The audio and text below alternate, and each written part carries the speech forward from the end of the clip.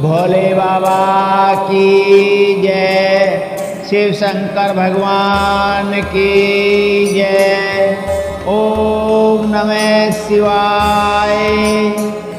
रास्ते दो ही बने हैं वफा के, चाहे आजमा के देख लो, या तो हो जाओ किसी के, या फिर किसी को बना के देख लो।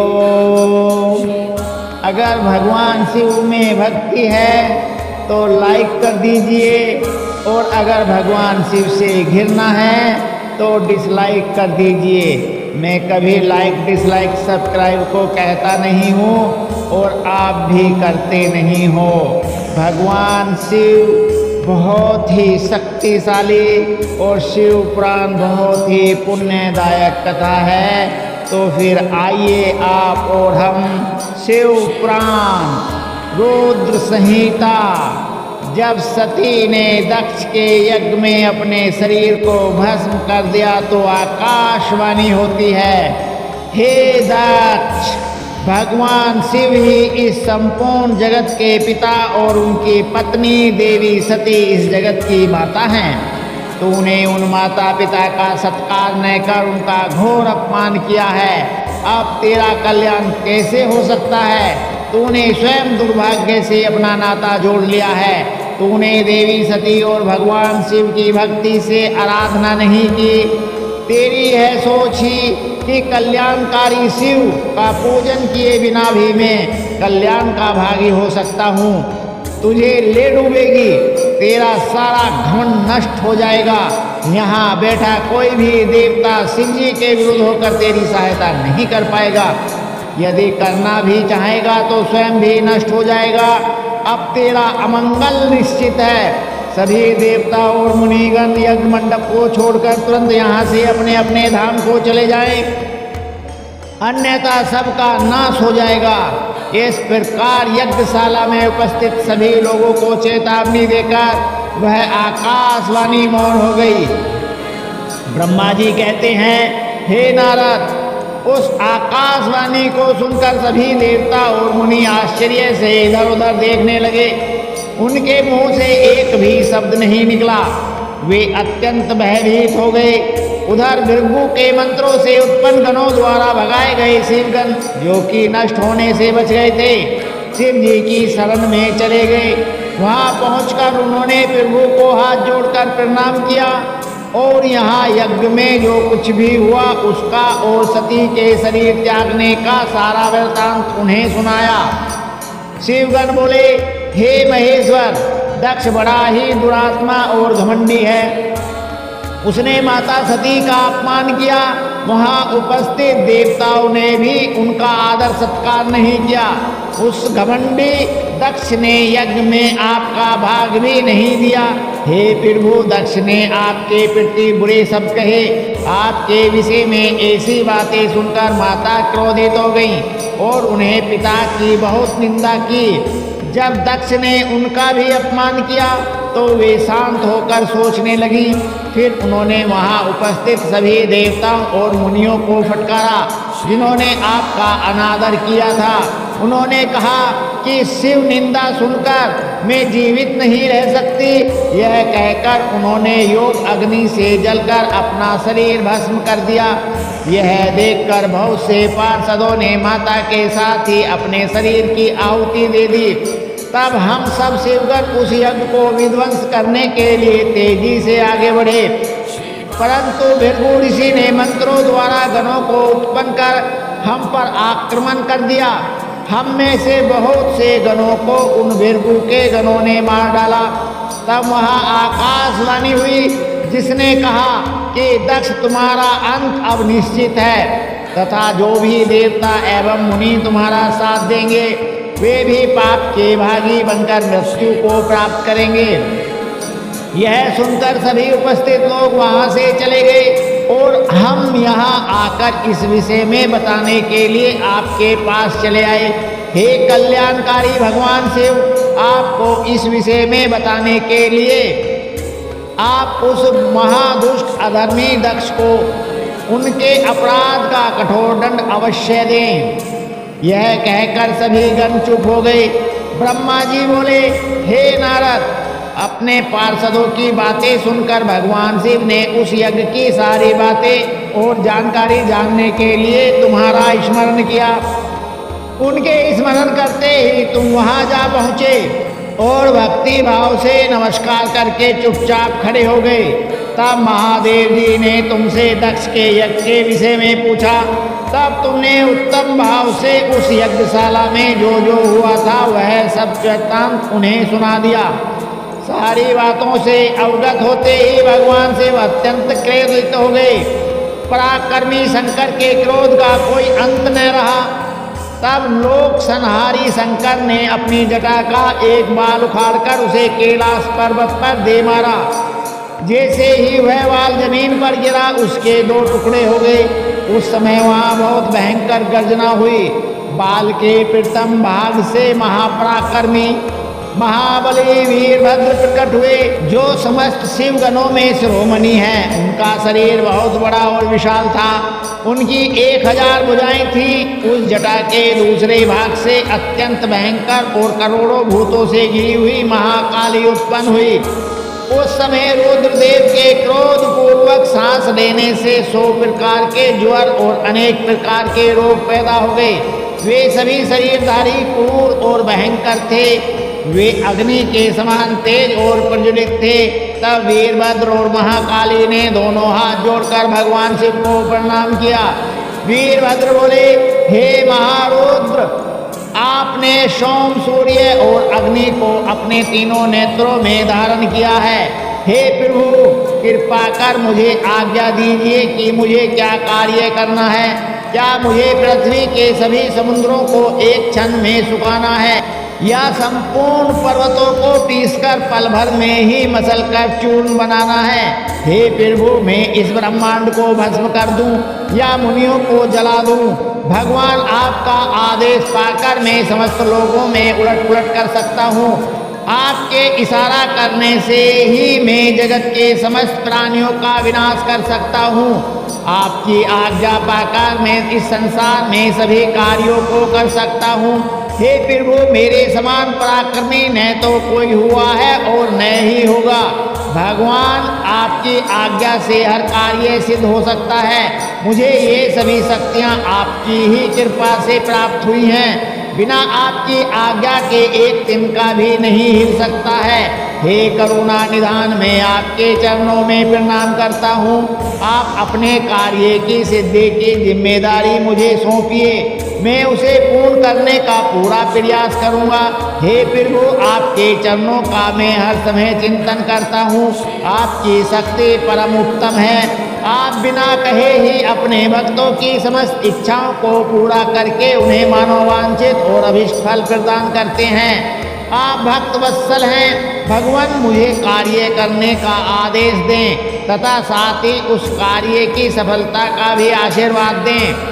ब्रह्मा जी बोले, हे मुनि श्रेष्ठ, वीरभद्र के ये वचन सुनकर शिव जी को बहुत संतोष हुआ तथा उन्होंने वीरभद्र को अपना आशीर्वाद प्रदान किया। भगवान शिव बोले, पार्षदों में श्रेष्ठ वीरभद्र, तुम्हारी जय हो। ब्रह्मा जी का पुत्र दक्ष बड़ा ही दुष्ट है। उसे अपने पर बहुत घमंड है। इस समय वह एक बहुत बड़ा यज्ञ कर रहा है। उसने उस यज्ञ में मेरा बहुत अपमान किया है। मेरी पत्नी ने मेरा अपमान होता हुआ देखकर उसी यज्ञ की अग्नि में अपने शरीर को भस्म कर दिया है। अब तुम सहपरिवार उस यज्ञ में जाओ। वहाँ यज्ञशाला में जाकर तुम उस यज्ञ को विनष्ट कर दो।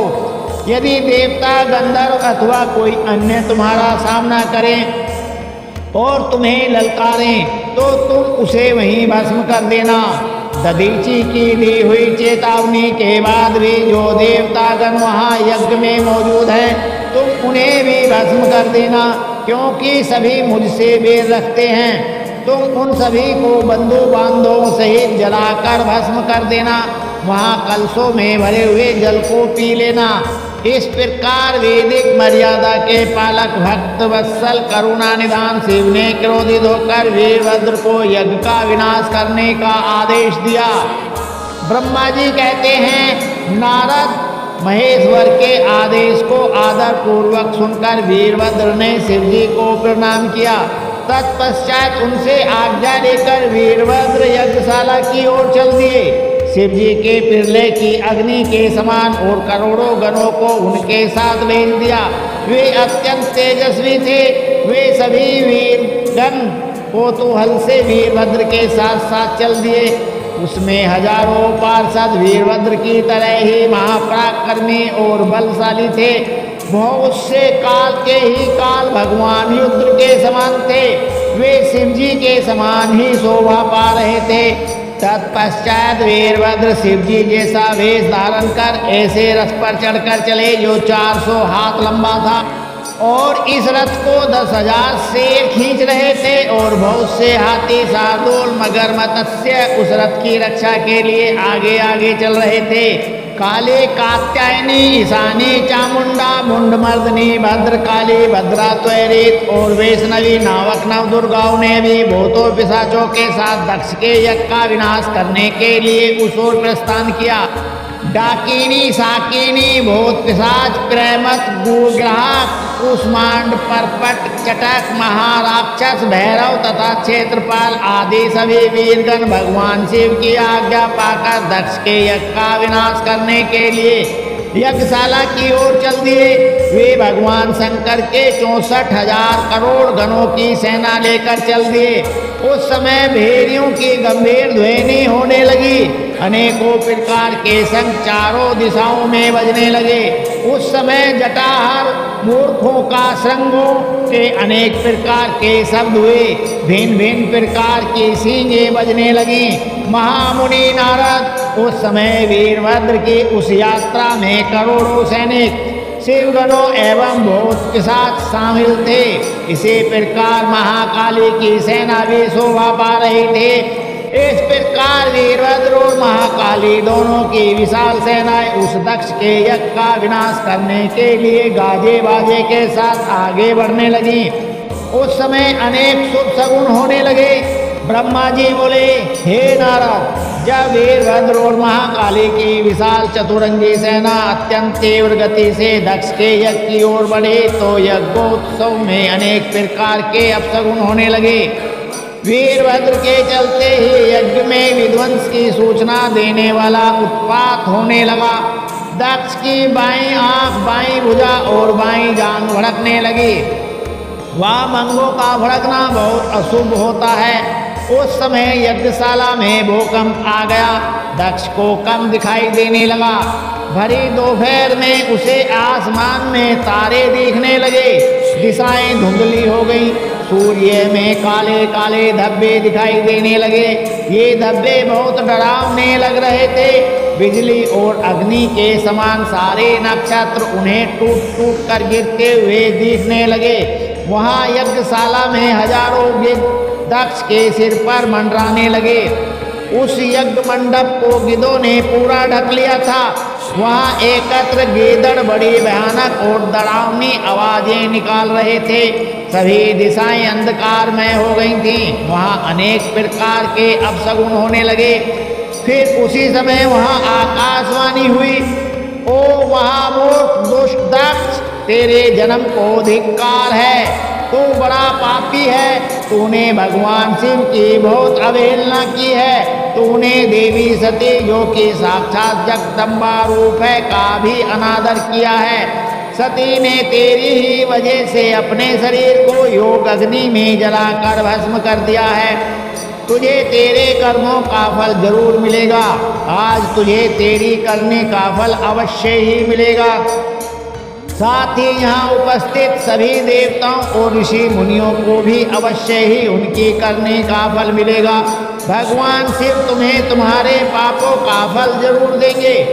इस प्रकार कहकर वह आकाशवाणी मौन हो गई। उस आकाशवाणी को सुनकर और वहाँ यज्ञशाला में प्रकट हो रहे अनेक अशुभ लक्षणों को देखकर दक्ष तथा वहाँ उपस्थित सभी देवतागण भय से कांपने लगे। दक्ष को अपने द्वारा किए गए व्यवहार का स्मरण होने लगा। उसे अपने किए पर बहुत पछतावा होने लगा। तब दक्ष सहित सभी देवता श्री हरि विष्णु की शरण में गए। वे डरे हुए थे, भय से कांपते हुए वे सभी लक्ष्मीपति विष्णु से अपने जीवन की रक्षा की प्रार्थना करने लगे। दक्ष बोले, हे विष्णु, कृपा निधान में बहुत भयभीत हूँ। आपको ही मेरी और मेरे यज्ञ की रक्षा करनी है। फिर वो आप ही इस यज्ञ के रक्षक हैं। आप साक्षात यज्ञ स्वरूप हैं। आप हम सब पर अपनी कृपा दृष्टि बनाइए। हम सब आपकी शरण में आए हैं। फिर वो हमारी रक्षा करें ताकि यज्ञ का विनाश न हो। ब्रह्मा जी कहते हैं, हे मुनि नारद, इस प्रकार जब दक्ष ने भगवान विष्णु के चरणों में गिरकर उनसे प्रार्थना की, उस समय दक्ष का मन भय से बहुत अधिक व्याकुल था। तब श्री हरि ने दक्ष को उठाकर अपने मन में करुणा निधान भगवान शिव का स्मरण किया और शिव तत्व के ज्ञाता श्री हरि दक्ष को समझाते हुए बोले, दक्ष, तुम्हें तत्व का ज्ञान नहीं है, इसलिए तुमने सबके अधिपति शंकर भगवान की अवहेलना की है। भगवान की स्तुति के बिना कोई भी कार्य सफल नहीं हो सकता। उस कार्य में अनेक परेशानियां आती हैं। जहाँ पूजनीय व्यक्तियों की पूजा नहीं होती, वहाँ गरीबी, मृत्यु तथा भय का निवास होता है। इसलिए तुम्हें भगवान शिव का सम्मान करना चाहिए, परंतु तुमने महादेव का सम्मान और आदर सत्कार नहीं किया, अपितु तुमने उनका घोर अपमान किया है। इसी के कारण तुम्हारे ऊपर घोर संकट के बादल मंडरा रहे हैं। मैं तुम पर छाए इस संकट से तुम्हें उबारने में पूर्णतः असमर्थ हूँ। ब्रह्मा जी कहते हैं, नारद, भगवान विष्णु का वचन सुनकर दक्ष सोच में डूब गया। उसके चेहरे का रंग उड़ गया और वे घोर चिंता में पड़ गए। तभी भगवान शिव द्वारा भेजे गए गणों सहित वीरभद्र और महाकाली का उनकी सेनाओं सहित उस यज्ञशाला में प्रवेश हुआ। वे सभी महान महापराक्रमी थे। उनकी गणना करना असंभव था। उनके सिंहनाद से सारी दिशाएं गूंज रही थीं। पूरे आसमान में धूल और अंधकार के बादल छाए हुए थे। पूरी पृथ्वी पर्वतों, वनों और काननों सहित कांप ही रही थी। समुद्र से ज्वार भाटा उठ रहा था। उस विशालकाय सेना को देखकर समस्त देवता आश्चर्यचकित थे। उन्हें देखकर दक्ष अपनी पत्नी के साथ भगवान विष्णु के चरणों में गिर पड़े और बोले, हे प्रजापालक विष्णु, आपके बल से ही मैंने इस विशाल यज्ञ का आयोजन किया था। फिर वो आप कर्मों के साक्षी तथा यज्ञों के प्रतिपालक हैं। आप ही धर्म के रक्षक हैं। अतः प्रभु श्री हरि, आप ही यज्ञ को विनाश से बचा सकते हैं। इस प्रकार दक्ष की विनती पूर्ण बातों को सुनकर श्री हरि उन्हें समझाते हुए बोले, दक्ष, निश्चय ही मुझे इस यज्ञ की रक्षा करनी चाहिए, परंतु देवताओं के क्षेत्र नियमित सारनाय की उस घटना का स्मरण करो। इस यज्ञ के आयोजन में क्या तुम उस घटना को भूल गए हो? यहाँ इस यज्ञशाला की और तुम्हारी रक्षा करने में कोई भी देवता समर्थ नहीं है। इस समय जब महादेव जी के गण और उनके सेनापति वीरभद्र तुम्हें भगवान शिव का अपमान करने का दंड देने आए हैं, उस समय कोई मूर्ख ही तुम्हारी सहायता को आगे आ सकता है। दक्ष केवल कर्म ही समर्थ नहीं होता, अपितु कर्म को करने में जिसके सहयोग की आवश्यकता होती है उसका भी उतना ही महत्व होता है। भगवान शिव ही कर्मों के कल्याण की शक्ति देते हैं। जो शांत मन से भक्ति पूर्वक उनकी पूजा अर्चना करते हैं, महादेव जी उसे तत्काल ही उस कर्म का फल देते हैं। जो मनुष्य ईश्वर के अस्तित्व को नहीं मानते, वे नरक के भागी होते हैं। दक्ष यह वीरभद्र शंकर के गणों का ऐसा सेनापति है जो शिव जी के शत्रु का तुरंत नाश कर देता है। निसंदेह यह तुम्हारा तथा यहाँ पर उपस्थित सभी लोगों का नाश कर देगा। शिव जी की आज्ञा का उल्लंघन करके मैं तुम्हारे यज्ञ में आया हूँ, जिसका दुष्परिणाम मुझे भी भोगना पड़ेगा। अब इस विनाश को रोकने की शक्ति मेरे पास नहीं है। यदि हम यहाँ से भागकर स्वर्ग, पाताल और पृथ्वी कहीं भी छिप जाएं तो भी वीरभद्र के शत्रु हमें ढूंढ लेंगे।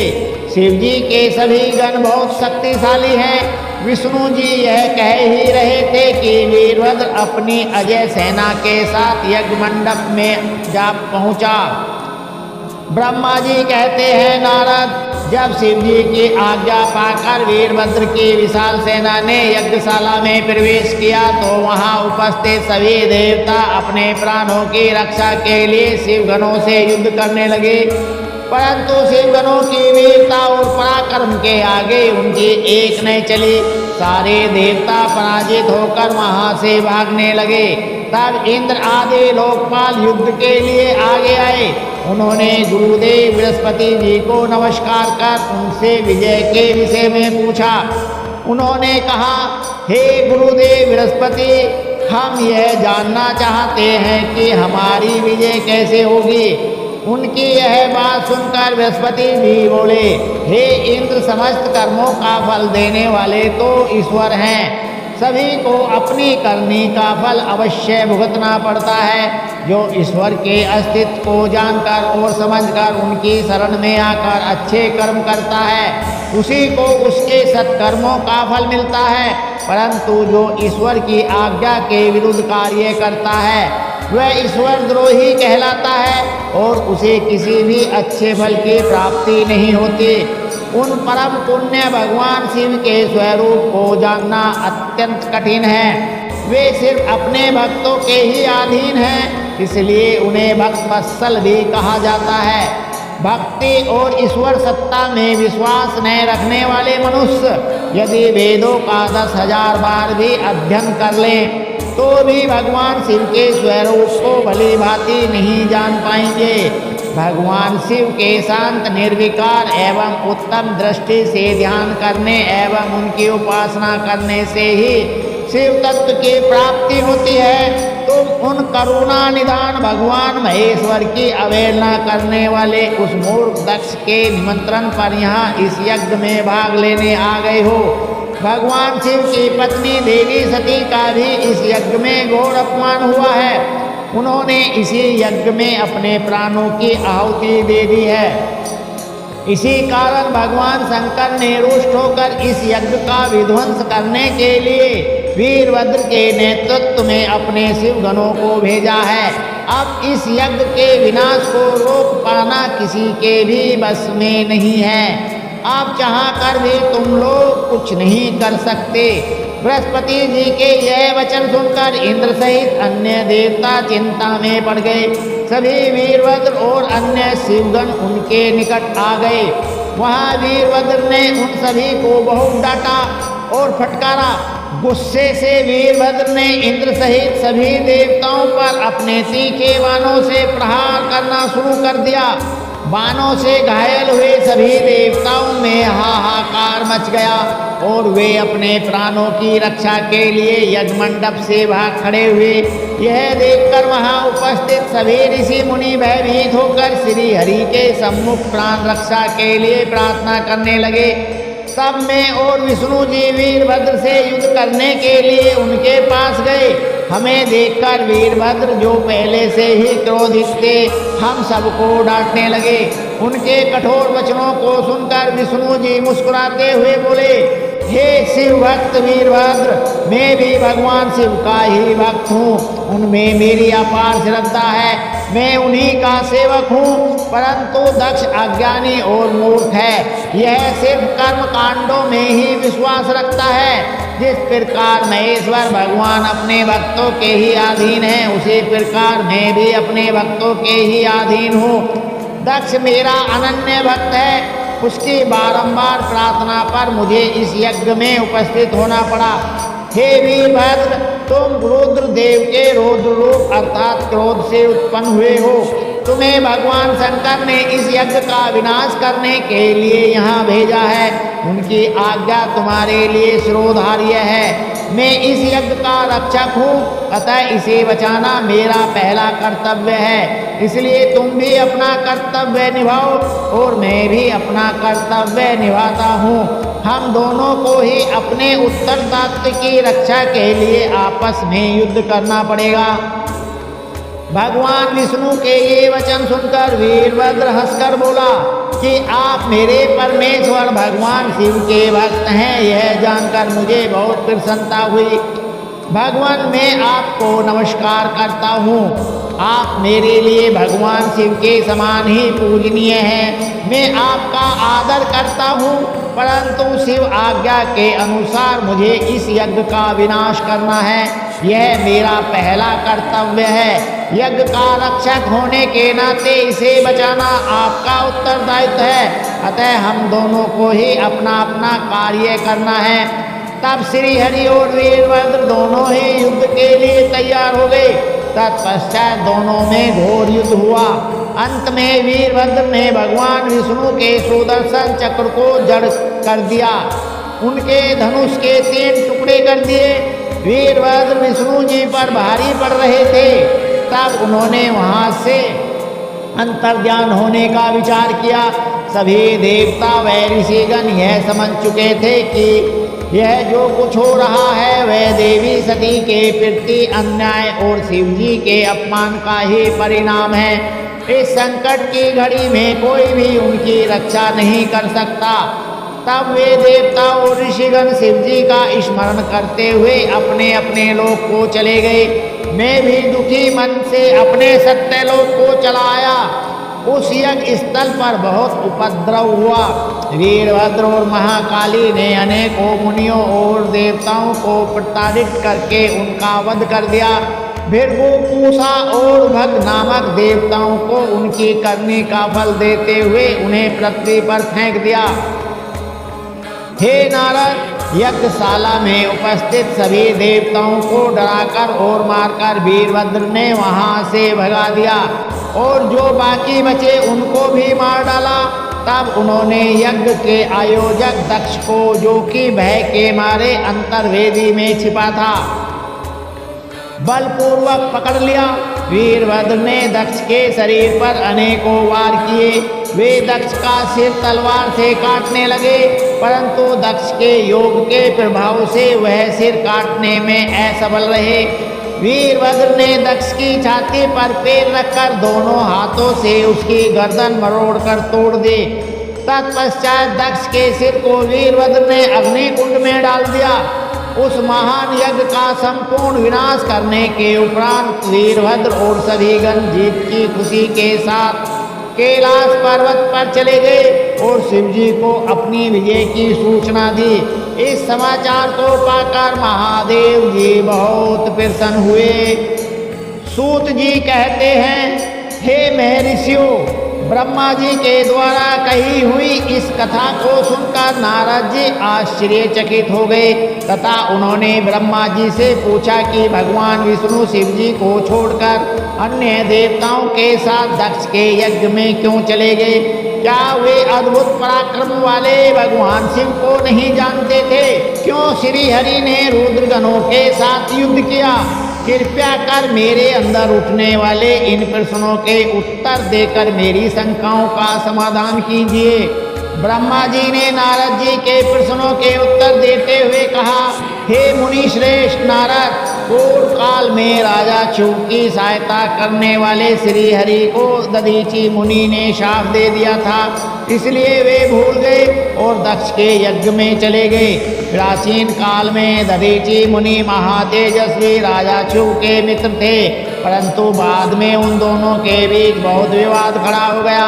विवाद का कारण मुनि दधीचि का 4 वर्णों ब्राह्मण, क्षत्रिय, वैश्य और शूद्र में ब्राह्मणों को श्रेष्ठ बताना था, परंतु राजा शिव, जो कि धन वैभव के अभिमान में डूबे हुए थे, इस बात से पूर्णतः असहमत थे। शिव सभी वनों में राजा को ही श्रेष्ठ मानते थे। राजा को सर्वश्रेष्ठ और सर्ववेद में माना जाता है, यह श्रुति भी कहती है, इसलिए ब्राह्मण से ज्यादा राजा श्रेष्ठ है। हे दधीचि, आप मेरे लिए आदरणीय हैं। राजा शिव के कथन को सुनकर दधीचि को क्रोध आ गया। उन्होंने इसे अपना अपमान समझा और शिव के सिर पर मुक्के का प्रहार कर दिया। दधीचि के इस व्यवहार से मद में चूर शिव को और अधिक क्रोध आ गया। उन्होंने वज्र से दधीचि पर प्रहार कर दिया। वज्र से घायल हुए दधीचि मुनि ने पृथ्वी पर गिरते हुए योगी शुक्राचार्य का स्मरण किया। शुक्राचार्य ने तुरंत आकर दधीचि मुनि के शरीर को पूर्ववत कर दिया। शुक्राचार्य ने दधीचि से कहा कि मैं तुम्हें महामृत्युंजय का मंत्र प्रदान करता हूँ। त्र्यंबकम यजामहे, अर्थात हम तीनों लोकों के पिता भगवान शिव, जो सूर्य, सोम और अग्नि तीनों मंडलों के पिता हैं, सत्व, यज्ञ और तम आदि तीनों गुणों के महेश्वर हैं, जो आत्म तत्व और विद्या तत्व और शिव तत्व, पृथ्वी, जल व तेज सभी के स्रोत हैं, जो ब्रह्मा, विष्णु और शिव तीनों आधारभूत देवताओं के भी ईश्वर महादेव हैं, उनकी आराधना करते हैं। सुगंधिम पुष्टि वर्धनम, अर्थात जिस प्रकार फूलों में खुशबू होती है उसी प्रकार भगवान शिव भूतों में, गुणों में, सभी कार्यों में, इंद्रियों में, अन्य देवताओं में और अपने प्रिय गणों में क्षारभूत आत्मा रूप के समाये हैं। उनकी सुगंध से ही सबकी ख्याति एवं प्रसिद्धि है। पुष्टि वर्धनम, अर्थात वे भगवान शिव ही प्रकृति का पोषण करते हैं, वे ही ब्रह्मा, विष्णु, मुनियों एवं सभी देवताओं का शोषण करते हैं। पूर्वालोकमेव वंदना मृत्योय मुक्षी अमात्मत, अर्थात जिस प्रकार खरबूजा पक जाने पर लता से टूटकर अलग हो जाता है, उसी प्रकार मैं भी मृत्यु रूपी बंधन से मुक्त होकर मोक्ष को प्राप्त करूं। हे रुद्रदेव, आपका स्वरूप अमृत के समान है। जो पूर्ण कर्म, तपस्या, स्वाध्याय और योग ध्यान से उनकी आराधना करता है, उसे नया जीवन प्राप्त होता है। भगवान शिव अपने भक्तों को मृत्यु के बंधन से मुक्त कर देते हैं और उसे मोक्ष प्रदान करते हैं। जैसे उर्वारुक अर्थात ककड़ी को उसकी बेल उनके बंधन में बांधे रखती है और पक जाने पर स्वयं ही उसे बंधन मुक्त कर देती है। यह महामृत्युंजय मंत्र संजीवनी मंत्र है। तुम नियम पूर्वक भगवान शिव का स्मरण करके इस मंत्र का जाप करो। इस मंत्र से अभिमंत्रित जल को पियो। इस मंत्र का जाप करने से मृत्यु का भय नहीं रहता। इसके विधिवत पूजन करने से भगवान शिव प्रसन्न होते हैं। वे सभी कार्यों की सिद्धि करते हैं तथा सभी बंधनों से मुक्त कर मोक्ष प्रदान करते हैं। ब्रह्मा जी बोले, नारद दधीचि मुनि को इस प्रकार उपदेश देकर शुक्राचार्य अपने निवास पर चले गए। उनकी बातों का दधीचि मुनि पर बड़ा प्रभाव पड़ा और वे भगवान शिव का स्मरण कर उन्हें प्रसन्न करने के लिए तपस्या करने वन में चले गए। वन में उन्होंने प्रेम पूर्वक भगवान शिव का चिंतन करते हुए उनके तपस्या आरंभ कर दी। दीर्घ काल तक वे महामृत्युंजय मंत्र का जाप करते रहे। उनकी इस निस्वार्थ भक्ति से भक्त वत्सल भगवान शिव प्रसन्न होकर उनके सामने प्रकट हो गए। दधीचि ने दोनों हाथ जोड़कर शिव जी को प्रणाम किया। उन्होंने महादेव जी की बहुत स्तुति की। शिव ने कहा, मुनि श्रेष्ठ दधीचि, मैं तुम्हारी इस उत्तम आराधना से बहुत प्रसन्न हुआ हूँ। तुम वर मांगो, मैं तुम्हें मनोवांछित वस्तु प्रदान करूँगा।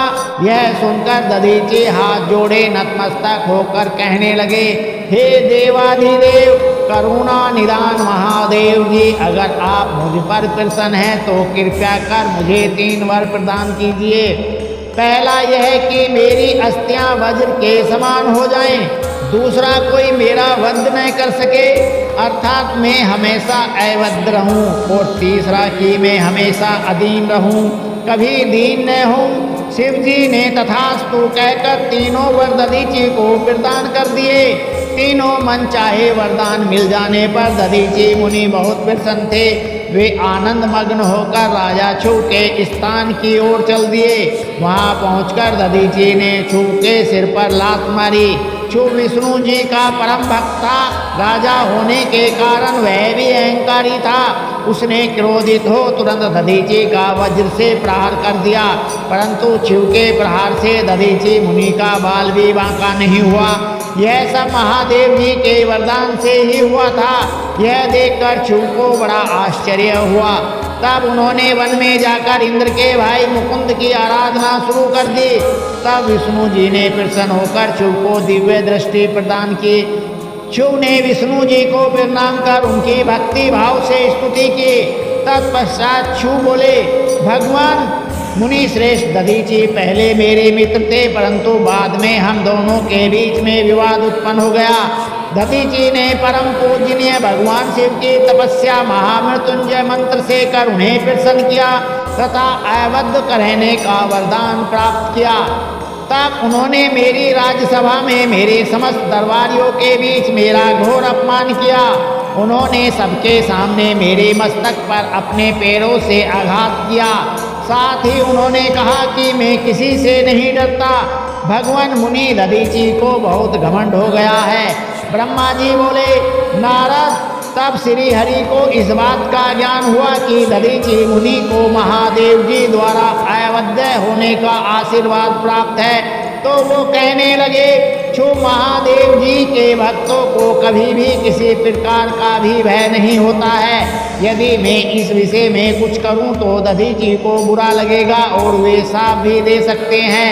उन्हीं दधीची के शाप से दक्ष यज्ञ में मेरी शिवजी से पराजय होगी। इसलिए मैं इस संबंध में कुछ नहीं करना चाहता, परंतु ऐसा कुछ जरूर करूँगा जिससे आपको विजय प्राप्त हो। भगवान विष्णु के यह वचन सुनकर राजा चुप हो गए। अब समय तो पूरा हो गया है,